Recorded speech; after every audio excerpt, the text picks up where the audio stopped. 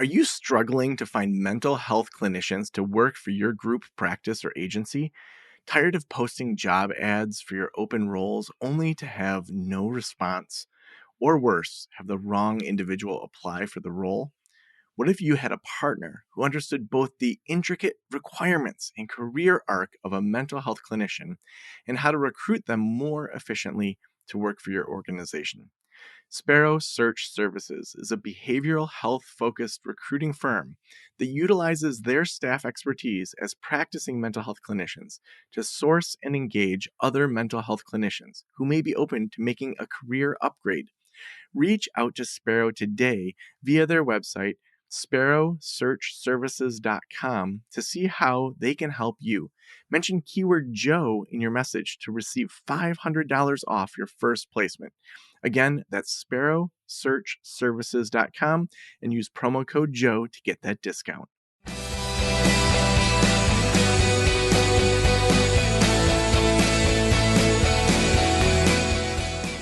Hello, and thanks for tuning in. My name is Andrew Burdette, and I'm one of the consultants with Practice at the Practice. I own a small hybrid group practice based out of Asheville, North Carolina, and we provide some in-person and mostly telehealth across the state of North Carolina and to some additional states as well. I really enjoy helping practice owners set up and manage a set of systems that work well for them both in efficiency and cost effectiveness. I also really like to help find ways to maximize how they currently work so that they can spend more time engaging what they love to do outside of therapy and the therapy process. You can schedule a pre-consulting call with me at practicethepractice.com/apply, and I look forward to meeting with you sometime soon.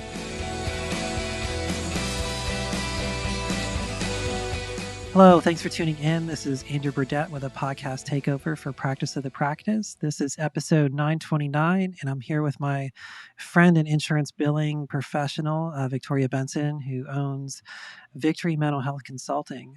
Thanks for coming on the podcast. First up, can you share a little bit about what you and your company does and kind of how you ended up starting and getting into billing in the first place and how that all came to be? Sure. So I have a paneling and billing company. I also offer some consulting sessions with providers who are maybe trying to go out on their own, start their own private practice, and need a little walkthrough around insurance. How I started it, it's a long story, but basically I had a love for mental health providers and a love for helping businesses become successful and profitable. So prior to me starting this business, I worked for some large companies where I would basically just go into the locations that were struggling and try to turn them around, make them profitable by doing various things. But those projects took a lot of time, and I didn't really get to see how I impacted individuals, on a daily basis. So with this business, I kind of I decided that I wanted to combine my knowledge of profitability and business growth with offering some billing services. So, I started off pretty small, and we've been in business about 12 years, and it's just continued to grow. Cool. Do you work with all medical billing across the board, or is it really just focused on mental health? No, we specialize in mental health, outpatient mental health. Got it. And does that include prescribers and other things that are kind of tied in, or is it just strictly therapist practices? Yeah, so no, we work with counselors, prescribers, psychologists that perform testing, and some occupational therapists. Before I guess we get into the whole claims process, can you talk a little bit or talk listeners through what the credentialing process is, and then also what it means to be credentialed and versus paneled, because they're not exactly the same thing. Right. So, a lot of people use the words credentialed, paneled, contracted interchangeably, but they do mean different things. So, being credentialed means that a provider has gone through a process where their credentials have been checked, along with some other required items, proper liability coverage, education and employment requirements. If you're a provider type that requires a DEA number, that you have that. So once they go through the credentialing process, if the insurance company has open enrollment, to join as an in-network provider, you can then request a participating contract to provide in-network services to their members. So that would be paneled or contracted. So you can be credentialed with an insurance company, but not paneled or contracted with that insurance company. Also, too, then by that measure, people can be paneled multiple places as well. So you could work, say, in my practice and then work for an agency doing very different things, but be on two different contracts at the same time. Absolutely. Yes, you can be linked to multiple groups. Got it. And as part of this, can you quickly share what like an NPI number is and then briefly, I guess, talk about the two different kinds of those? Sure. So, the MPI number is the National Provider Identification Number. So there's two types of MPIs. Your type 1 MPI, that's a unique number assigned to an individual healthcare provider. And then there's the type 2 MPI or an organizational MPI. And that's a unique number assigned to a group or a clinic or a facility. So, if you have a group, you are required to have a type 2 NPI. Got it. And one other thing that goes along with that and comes up on from time to time when people are kind of looking at registering for them is this whole taxonomy thing. So how would one figure out what taxonomy code to use? I know when I was doing mine initially, I literally looked up another counselor that had a PLLC in North Carolina and then used their NPI 1 and NPI 2 numbers from the Mhm. NPPES database. So is that a smart way to go about it? Or do you have some advice on how to maybe do that a little differently? Um, So let's just briefly just talk about the type 1. Type 2 is a little bit different. Your type 1 MPI is going to be associated with a taxonomy code that it belongs to your classification and your specialty. So, as an example, a nurse practitioner classification, but maybe their specialty is psychiatric mental health. There's a taxonomy code for that. You do have to assign your MPI to a primary taxonomy code, but you can actually add more than one taxonomy code. And then, a type 2 MPI, there's different levels of MPI. So if you have a group where you have like different provider types within it, so let's say you have a prescriber and you have a mental health counselor and you have an occupational therapist, you want to get the level assigned to the primary taxonomy code that is at the highest level of the providers within your group. So a physician assistant or a nurse practitioner, they're at a higher level, a 3 level. So you want the primary taxonomy code to be there, and then, add additional taxonomy codes within that, if that makes sense. It does. That also segues really well into kind of my next question, which is why someone might choose to hire someone to do credentialing for them versus do what I did for a number of panels initially, which was do my own credentialing and just hope it went well. So, um, which, knock on wood, it worked for a couple. I don't know that I would want to do it again. What are the benefits if somebody wants to hire a credentialing company? And then what kind of questions might they want to ask a credentialing company for getting paneled? Yeah, a provider, if they're coming to a credentialing company, they'll want to ask, one, do they have experience with that particular insurance company? I bring that up because let's say if you're a Medicaid provider, Medicaid's tricky. You want somebody that is well versed with those type of insurance companies. So, anything outside of your typical large, commercial payers, definitely ask that question.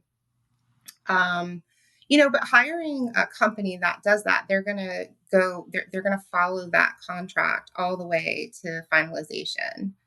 And so, we follow up, for instance, with our clients, we make tons of calls following up. There's some insurance companies that are taking a year to issue a finalized contract. So you definitely want somebody that is keeping track, making sure that nothing is needed, it's not being held up for whatever reason, that the analyst that has it is doing their job, that you escalate it once you get past their initial required days of waiting, because you don't want it to just sit in a black hole. And so I think some providers that do their own, sometimes that happens where they don't necessarily understand the different departments that might have their application and what needs to happen. And they don't really understand the insurance language, when they call, or sometimes they don't follow up. So that's a I can benefit. I can speak personally from the black hole experience with a couple smaller, lesser known insurance companies, and the credentialing person you'd initially meet with or set things up with and would send things over and you'd send things into. Several of these companies had a pattern of the my point of contact would get removed from that position with no notice. And so every month, you'd follow up and they'd be like, well, that person no longer works here. And so that certainly introduced some delays and frustration to the process as well, to where just staffing changes and kind of that deliberate make it tedious and cumbersome and frustrating. Um, Definitely. Yeah. And if you have a company that is working with the same companies over and over again, a lot of times like we know the people in network management with one of the different payers. And so if there's a little snag or something, we kind of know the next level to go to. So yeah. Got it. So if someone was going to look to get credentialed and especially paneled, contracted independently, how does that differ then from going through that process with a company, say like Headway or Alma or one of these other larger companies that's offering credentialing services for insurance providers? Yeah. So, when a provider is paneling with a company like Headway or Alma, they're being linked to that group contract. So their type 1 MPI is being linked as the rendering provider to the group's type 2 billing MPI. So what that means is that, the group is paid for the services and then the group pays the provider whatever the agreed upon rate is. But if you were to leave that group, even though you are credentialed, you don't own that contract. You could not submit claims as in network without having your own contract in place. Got it. So it sounds just, I'm trying to think of how to put it. It just sounds like you don't have the same autonomy you might if you wanted to, say, negotiate a rate increase down the road or um, change addresses and those other things. It sounds like you kind of have some extra layers of admin or bureaucracy to kind of go through, as well as you're also kind of just subject to if one of those companies decides to renegotiate their rate with an insurance company, you're just kind of along for the ride. Yes. Yeah. So, I mean, again, you don't own the contract, so you don't really have any say with what they do with it, what happens with it. And if you ever wanted to leave, you'd have to have something in place. And actually, I do want to mention this because this happens quite often where, providers think because they're credentialed, with a group that they could very quickly get a contract for themselves. And that is definitely not true. The process takes a long time with a lot of payers. And so, if you wanted to leave that group, you really have to plan for it. It's not going to be ready for you in a few weeks or maybe even a couple months. So, Yeah, I know one of the larger insurance companies in North Carolina. When I was initially credentialed, I think it took them about 60 to 90 days, and this was in the good old days of pre-pandemic, so there were a lot mhm. less providers kind of thing, and it was through an agency. And so at least getting on the agency's contract didn't take terribly long for that particular company. But when I left, it took this particular company, you had to kind of register and request out of network status. And then you then had to, after that 2 month delay, you then had to request a contract, which then took another 4 months. And for reference, for anybody out there, that same company is now up to like almost 18 months in the state because of being inundated with the number of people looking to get contracts and credentialed and stuff. So yeah, leaving contracts gets to be tricky and takes a lot of time and patience if you're going to do that. Yes, definitely.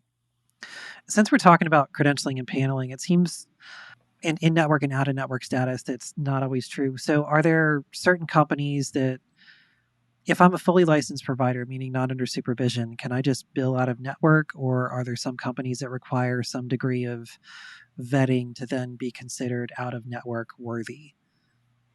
Yeah, so that really just depends on the insurance company. There are insurance companies that require you to be set up in their system as an out of network provider. United is an example of that. There are other insurance companies that you could submit out of network claims to them. Um, if you're going to do that, really the important thing is figuring out, is it an insurance company that will pay you directly, or will they send the money to the client if their out of network benefits have been met? So you just want to make sure that you have all that information up front before you submit that.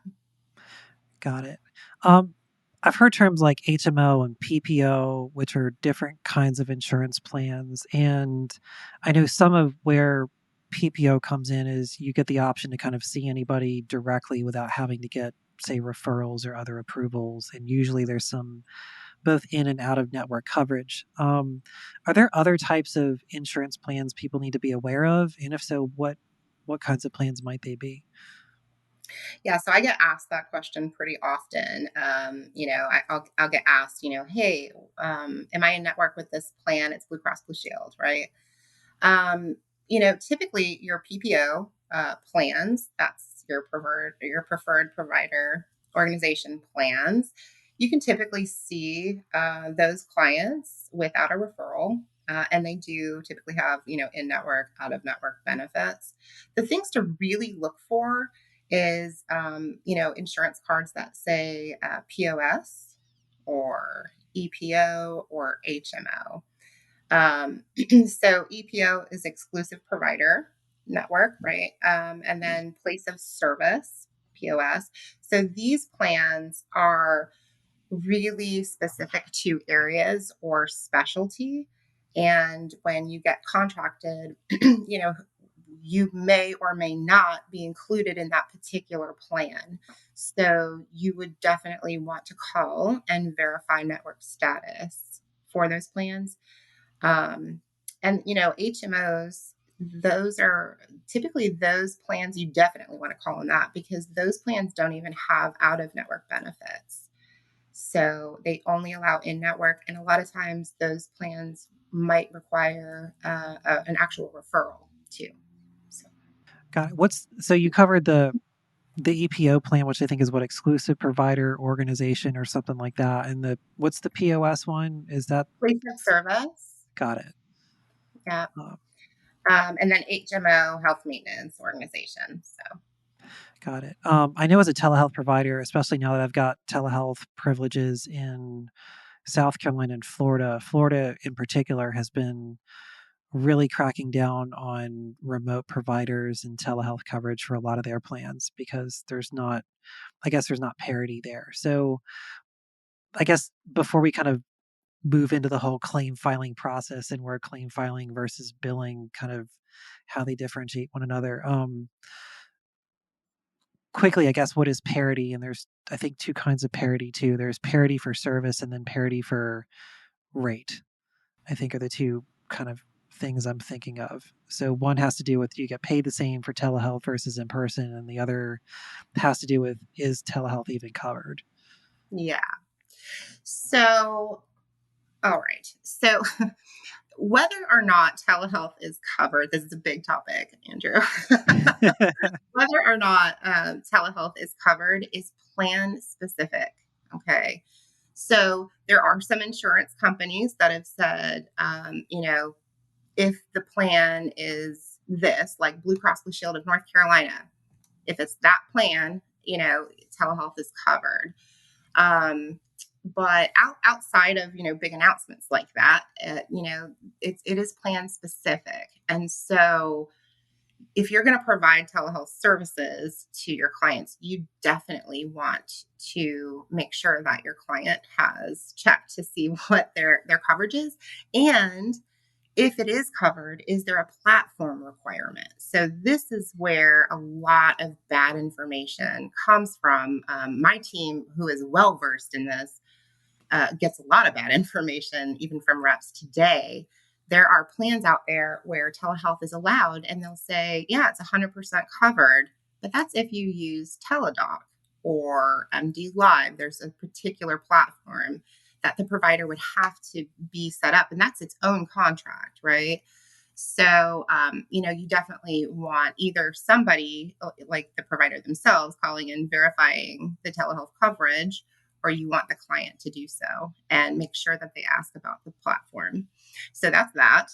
And then, so payment, there prior to the pandemic, typically most insurance companies paid less for telehealth service. There was a discount off of the contract rate. And then after the pandemic happened, a lot of insurance companies have agreed to pay at parity. So the same amount that you would get in office. But there's not all insurance companies have decided to do that. So you definitely want to be aware, if you're providing telehealth services, are you being paid your full contracted rate, or is there a discount? Got it. And I guess just to differentiate contracting with, say, Headway or Alma versus Teledoc and MD Live, a difference with MD Live and Teledoc is you're really working for those companies doing services in their online group, as well as being paneled. You're doing things through their interface and other things, from what I understand. Yes, it's a completely separate thing. You are working for them. Yes. And the rates are different. Yeah, it's very different. Got it. Since we're on the topic of getting paid and payment and those kind of things, when somebody, so I meet with a client, we're going to do a 90837. So if you're a therapist out there that's done anything with billing, like that's a CPT code, which I don't remember what CPT stands for. You probably do. No, shaking her head. No, it's the procedure code. So like, here's a diagnosis of like anxiety, and then the CPT code is what we did to treat the anxiety. So for those listeners out there, it's basically just kind of what was done to kind of address the issue. And 90837 is the one that's above 53 minutes and above for length of service. So I did this service, met with somebody about anxiety, like they have a F41.9. That's a diagnosis I seem to use often, so it sticks in my head for anxiety. But so I've got this. So what do I do next in terms of like sending in a claim? And then when I kind of create the claim, where does it then go once, who do I send it to? And then how does the money come back? Okay. So we're assuming that you're utilizing an EHR system and not submitting claims through the individual portals. Yeah, well, we'll just say we're using therapy notes for we're, today. we're using therapy notes. Okay. Yeah. So, the creation of that session, some systems you manually put in the date of service and, that information. And some, the claim is created based off of your calendar. So so once you have that claim and then you submit that claim, it goes through a clearinghouse. So through EDI, which is electronic data interchange. So the data is submitted. A lot of clearinghouses, they scrub the claim. They're looking for pretty obvious or known errors, like a diagnosis code that's no longer valid, or the last name of your client isn't spelled correctly, or the member ID isn't valid, right? So it's going to look for that type of stuff. If it passes that little initial test, it gets sent to the payer. So then the payer receives that data, and they begin to process the claim. They will reprice the claim. So based upon, a 90837, it's going to reprice and apply your contract rate for that service. And then it's going to apply, hopefully, the correct client's benefits for what the client's financial responsibility is. And then, once that has completed processing, assuming that there's no denials, the claim will then be paid. And then if you are set up to receive ERAs, or electronic remittance advice. Basically, it's the electronic version of an EOB, telling you what they paid and what the client is responsible for. That will come into the system to show you where, and then you can post that. Got it. And my understanding of clearinghouses is it was intended to simplify the process between, I'm a provider over here, I'm filing claims to 100 different Blue Cross plans in North Carolina and 50 different United ones or whatever, and to just simplify the process of I only have to really do business with one person in between. But I also remember from looking at EHRs and stuff like that, it seemed like each EHR was using a different platform, and so it seems like there's as many clearinghouses as there's almost as many of those as there are different insurance plans, which seems like it didn't really fix the issue. I'm guessing too, like not all the clearinghouses are created the same as well. Yeah. So, I mean, you have your large clearinghouses, Office Alley, Change Healthcare, Apex. You know, Hopefully the EHR system that you sign up for, or they're linked and set up with many, many different payers.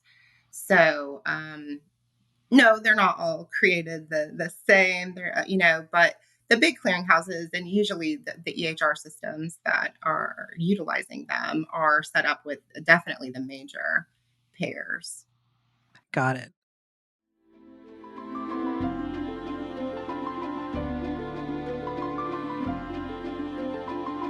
As a therapist, I can tell you from experience that having the right EHR is an absolute lifeline. I recommend using therapy notes. They make billing, scheduling, note taking, telehealth, and e prescribe incredibly easy. Best of all, they offer live telephone support that's available 7 days a week. You don't have to take my word for it. Do your own research and see for yourself. Therapy Notes is the #1 highest rated EHR system available today, with a 4.9 out of 5 stars on trustpilot.com and on Google. All you have to do is click the link below or type promo code Joe on their website over at therapynotes.com and receive a special 2-month trial absolutely free. Again, that's therapynotes.com, and use promo code Joe on the website. If you're coming from another EHR, Therapy Notes will also import your demographic data quick and easy at no cost, so you can get started right away.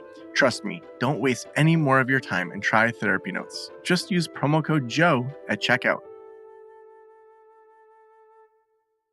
So if something comes back and doesn't get paid, what would I do if I was doing it myself? Because I'm bringing this up because I did my own billing for quite a while, and it was great when things worked. And then when things stopped working or would be slightly off, I quickly realized I didn't really have the ability to fix it.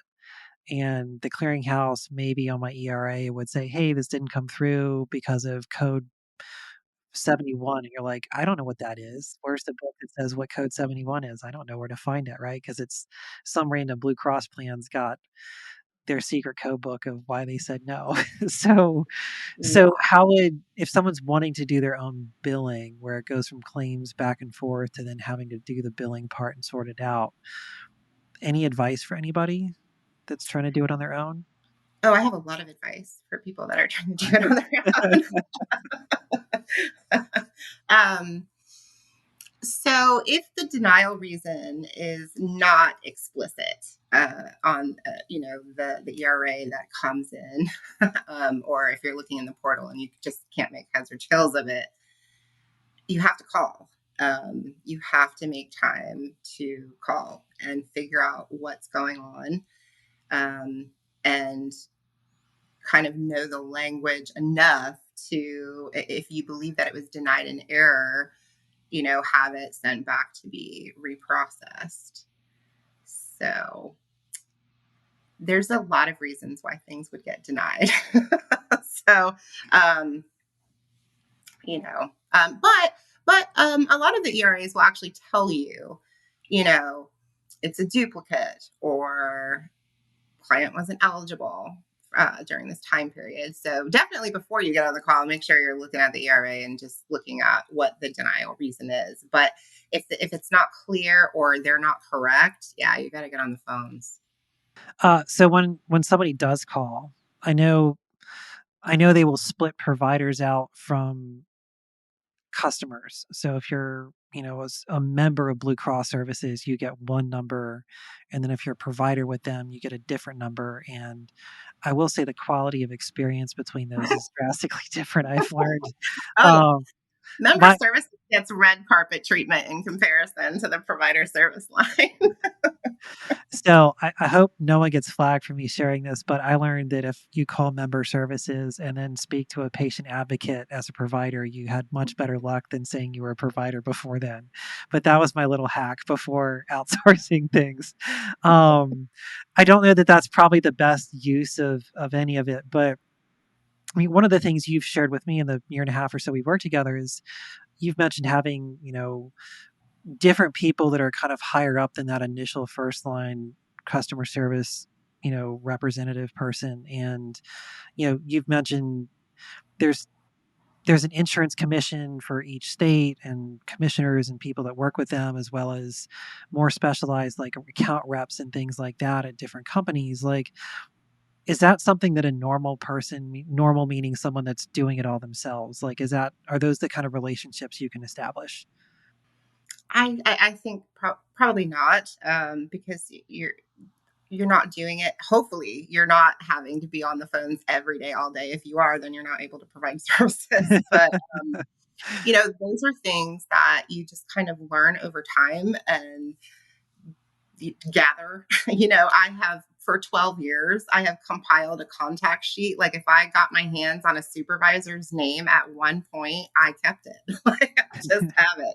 Um, but typically like when you call, you're getting a rep, it's level one, so they're reading off the screen, they're doing just preliminary checks. But a lot of times those reps don't even have access to everything. And there are a lot of reps that are overseas and don't have like they just don't have access to the same systems. So if it's a really in-depth problem and it's not something that those reps can handle, sometimes you got to try to get a stateside rep.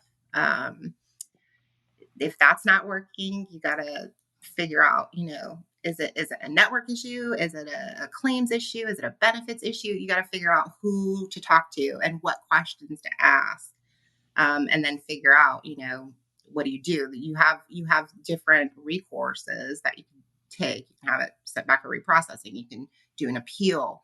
If that's not working, you can get the commissioner involved. There's multiple things that you could do. Got it. For those listening out there too, a lot of states have prompt payment laws that apply to some kinds of insurance, not all insurances. Like for example, like North Carolina, I think has a prompt payment of 30 days for health insurance plans, but that doesn't include self-funded plans. Like the state employees package of things is separate. And then there's a company here that represents a lot of municipalities and healthcare organizations and stuff. And so the who you submit to for billing is really just is a handoff middleman person. And also workman's comp doesn't necessarily have to play by the same rules and things like that. Yeah. um if someone like me comes to hire somebody like you, for usually because something, there's a growing pile of things that didn't work out well. So what kind of things have you seen in terms of like when someone like me comes to someone like you to say, hey, I've got a pile of things that aren't working, can you help clean this up? Yeah. So, um, typically, really, I think what ends up happening the most that's just really common is things get denied. And maybe there's a call or two made, and frustration sets in, and providers just end up writing it off. They don't know what else to do. Um, Another big thing that I saw was, not all insurance companies are set up to receive ERAs, the payments information. And so there was a lot of like bad financial data in the systems because they had to manually post them from something that they received in the mail, right? So just not up to date financials. And then, another big thing that I see pretty often is Providers, when you're using a platform like, Simple Practice or Therapy Notes, you're submitting those claims, but most providers don't know how to do corrected claims or voided claims or, understand the full process of what happens. So, for instance, I had a group contact me where they submitted a ton of claims and didn't realize that the payer changed the rules on a required modifier. And so they sent all these claims and the claims came back denied because the modifier wasn't on the claim. Well, they didn't realize that even though those claims were denied, they were given a claim number. Every single one of them was given a claim number. So they resubmitted fresh claims on top of that. And so all of those denied as duplicates. And we ended up having to go in and void every single one of the hundreds of claim numbers to void them, because that's just the process of that particular insurance company and how they handle denials, right? So, your average provider they're not going to know how to get out of that. And so I see a lot of that where, we've been hired to kind of help clean up and audit what's going on. You mentioned the word audit. I know one of the things you mentioned to me is there's there's a couple of different levels of insurance companies wanting to kind of just verify that you're rendering appropriate services, you're billing correctly, and um, so far, I say so far because I expect it to come up at some point because it's just the nature of taking insurance. But so far, all I've had to really do is what's called a risk assessment, which, from my understanding, is part of the Affordable Care Act to make sure that they are pricing in the appropriate level of risk for the people covered. So, are they assuming really low risk clients that are just upset that the latte was decaf instead of regular, or is it a bunch of really high acuity people with schizophrenia? And are the insurance premiums reflecting that level of severity? Like, what are some of the other ways that an insurance company may evaluate your services and double check things? Yeah, so they might do, a prepayment audit. So, some companies are more known for doing that than others. But, you know, basically, they want to see, do you have the required information on your notes? Is the time listed? Is, if it's telehealth, is that listed along with the platform you use to provide that service? That one gets missed a lot on notes. Um, did you the time that you saw the client, is the CPT code used appropriate for that time-based code? And so if you submit the information that they request and you pass that prepayment audit, usually they'll leave you alone. But if you don't, you can end up in just a really bad bucket of where not all your claims are being analyzed. So you definitely want to make sure you have everything that they're asking for with a prepayment audit, for sure, before you submit it. Don't be too hasty, because it could cause issues down the road. Don't be scared of it. It's a really normal thing, but make sure that you're thorough on it, because you want to pass that and then be left alone, right? And then, you might just end up in a random audit. There's some things where that kind of trigger audits. So if you're billing out only 90837s, right, that means that none of your clients were ever late. Um, and, you saw them at least 53 minutes or more. So sometimes that can send a red flag. Just make sure that, you did have that face-to-face time for that appropriate code. As long as you have that documented, you'll be fine with the audit. But just, look out for those kinds of things. Insurance will flag certain things. Definitely, if you're seeing clients that maybe or have a diagnosis code of adjustment disorder or something, don't see them 5 times in the week. Just make sure that the level of service, I've seen that happen before, by the way. make sure the level of service that's being provided is reflected in what you're diagnosing them with. Got it. One thing I'll share with listeners is a lot of the HRs have a really effective like audit trail system. I'm in a platform called Intake Queue, and one of the things that they'll do is I can look at when I signed on to a telehealth call, when the client signed on, and it'll track. It rounds down, so it's one of those things I've learned. If you're at 52 minutes and 59 seconds, it's 52 minutes.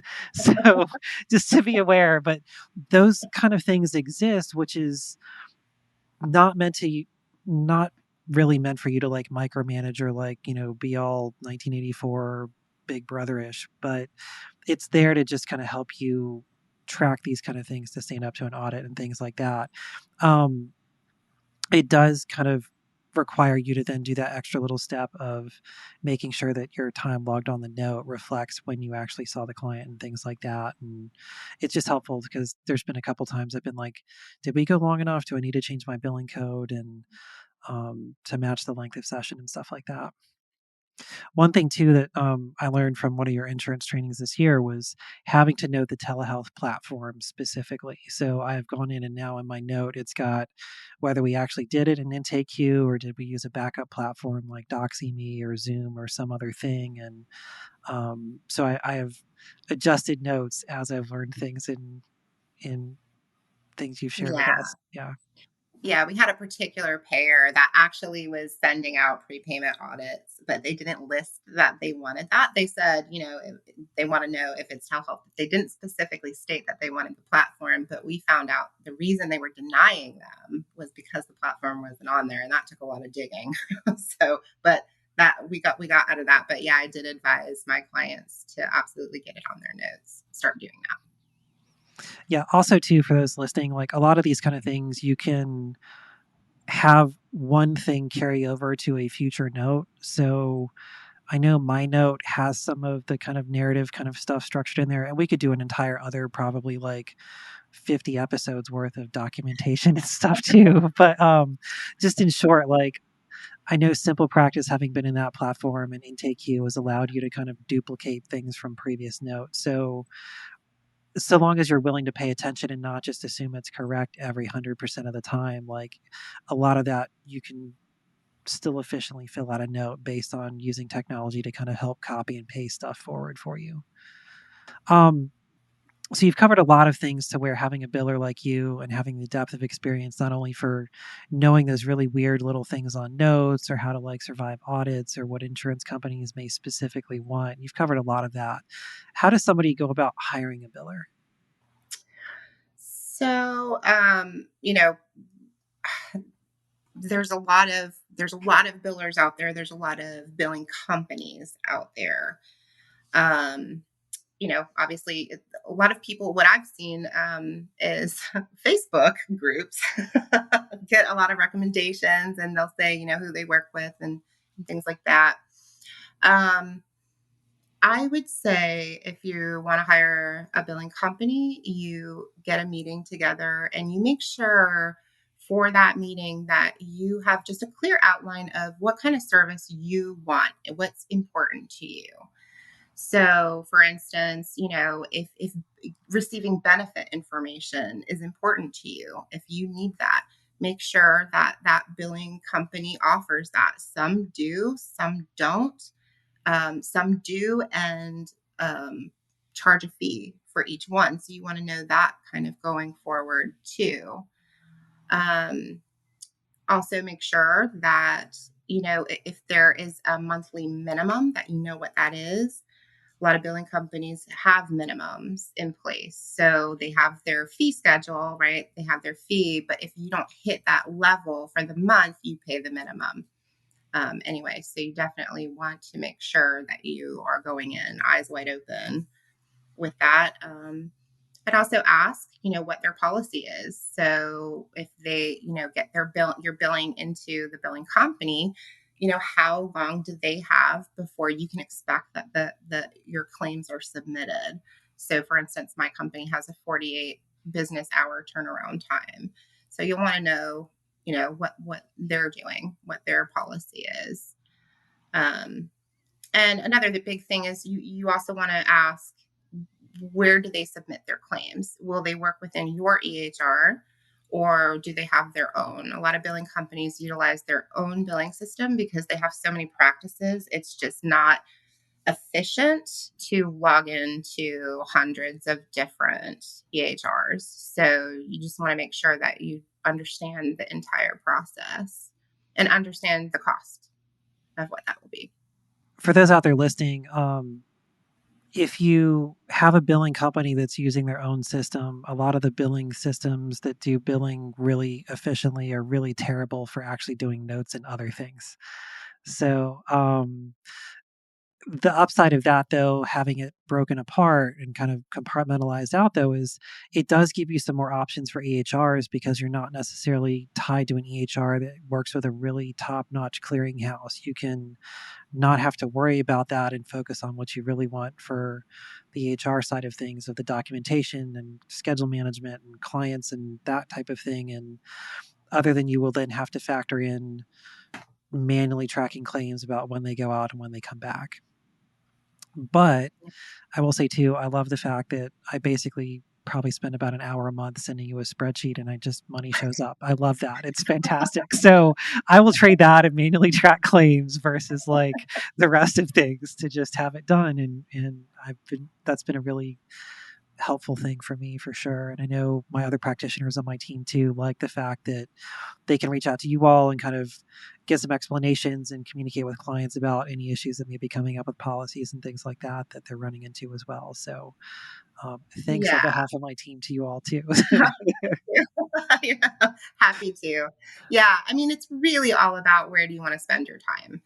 The majority of your claims are likely, if you're submitting them yourself, they're going to process correctly. But when they don't, I mean, I am not kidding. My team has fought a $100 claim for 6 months. Like we just over the principle of it, because honestly, it makes me angry.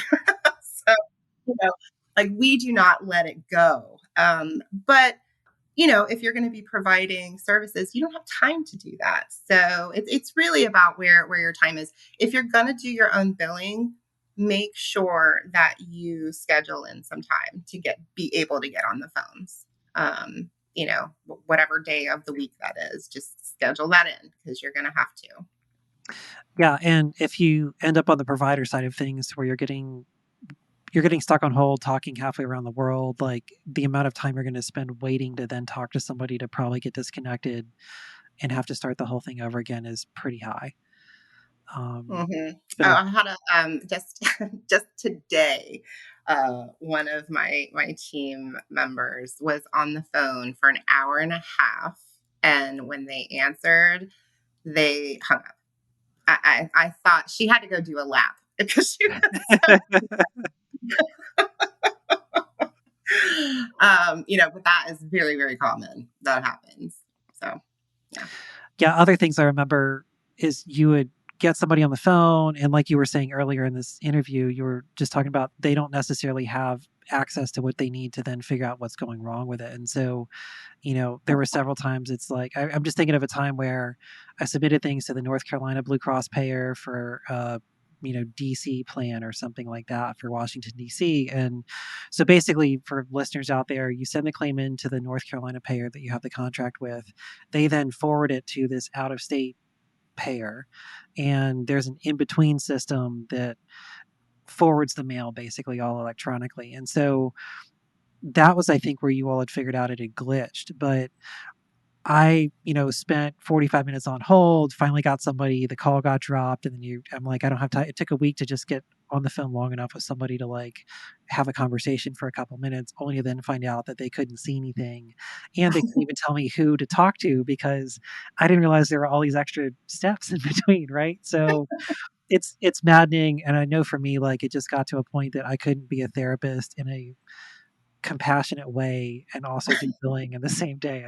I couldn't do both and just I had to. Yeah, my team, we have to have like multiple pep talks throughout the day. We stay in contact because it is frustrating. It's very frustrating and it's built to be frustrating. So, yeah. Right. So I guess for anyone out there listening, do you have anything that we haven't talked about you want to make sure that they really take away from this, or maybe that we did talk about that you want to highlight? Um, yes, I will say this that I didn't mention. If you're going to bill your own claims, I'll say this. I kind of touched on it before. Um, Before you resubmit stuff that has been denied, get on the phone. Don't hit that resubmit button. Don't do it because you're gonna hurt yourself for a couple months. So that's just a piece of my advice. No, my other big thing is I think benefits are really important. With my group, we treat that as like really the most important thing because if that's wrong, everything's wrong. It just goes downstream, right? So, make sure that you're not just going off of what your client reported. Try to check that. Sometimes you can check that on a portal. Sometimes you have to call. I will say this about mental health benefits. There are programs out there, that you can use. I have not found any system that is really, really accurate for mental health benefits. Mental health benefits is its own thing. It's not primary, it's not specialty, it's mental health, right? So sometimes that mental health benefit is going to match the primary benefit. Sometimes it'll match the specialist benefit. And in some of the portals, you can read it very, very clearly. Sometimes you can't, and so just try to do your due diligence with knowing just kind of upfront.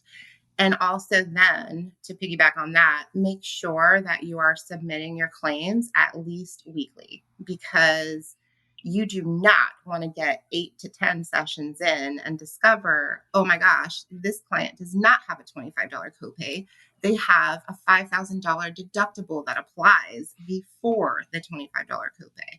So you want to catch that kind of stuff as soon as you can. I appreciate you all sending me reminders when it's been more than 10 days to say, hey, Oh, where's yeah. your billing Oh, yeah. sheet? I'm usually pretty good, but every now and again it gets to be a little much. Wednesday rolls around and last week's haven't been sent in yet. So yes, to those listening, if you're like me, that just, especially as a business owner, there's like a gazillion things to pay attention to. I appreciate having some people tuned into some admin things that are important because getting paid keeps the lights on and it's how we all eat. So I'm appreciative to have someone help in that arena and really also be an advocate for not only the client, but also just us as providers as well and trying to help us muddle this whole thing through in a more sane way. It's a way to break up the frustration distributed among Yes. different people. So it's not just one person losing their mind. Yes, exactly. So if someone's interested in working with you in particular, are you all taking new clients, or is there a wait list for you all? So we are not currently taking on new billing clients. We've kind of shut down the books for the rest of the year. January obviously is our busiest time, and we're busy kind of through March. We do have a wait list right now, and then anybody can go to our website, and there's a way to get on the wait list from there. We are taking on paneling clients for commercial payers only. So right now we're not doing Medicaid and we're not doing Medicare. So, but if anybody was interested in doing anything with any of the large commercial payers, yeah, we have some spots open currently for that.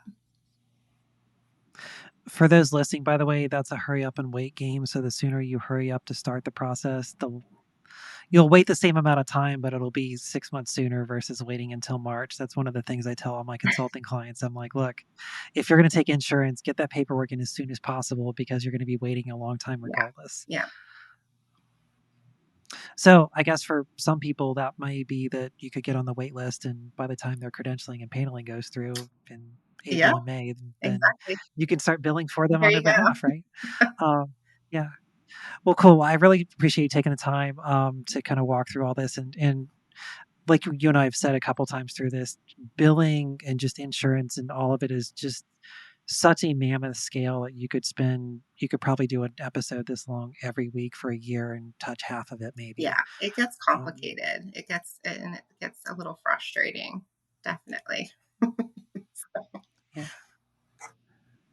Well, cool. Well, I really appreciate all the information you've shared. And again, it's always a pleasure to get to chat and talk to you. For listeners out there too that are considering who they might want to go through, one of my favorite things that you all do is you all were incredibly responsive about answering questions, and then you also will, for existing clients, take some time to just kind of have a debrief session. So there's times where it's like, should I go back groceries because insurance is too much? And you're like, no, you'll talk me I'll off the ledge talk on off the ledge. occasion. I'll hug you So off the ledge. Sometimes I have to be talked off the ledge. We all do. yes. Uh, So other reasons, I guess, like to go for a local, smaller business company or billing company versus one of the big ones is you get that real hands-on personalized touch yeah, yeah. I and think stuff that too.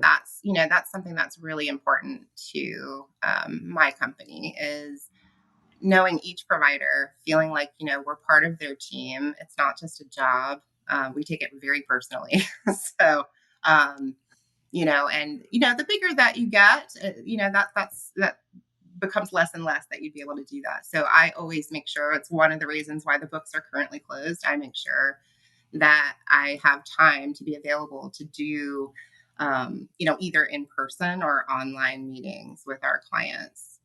Because sometimes you just gotta get on the phone. So Yeah. All right. Well, thanks again. It's been a pleasure, and I will let you go. And thanks, listeners out there, for tuning in. thank you.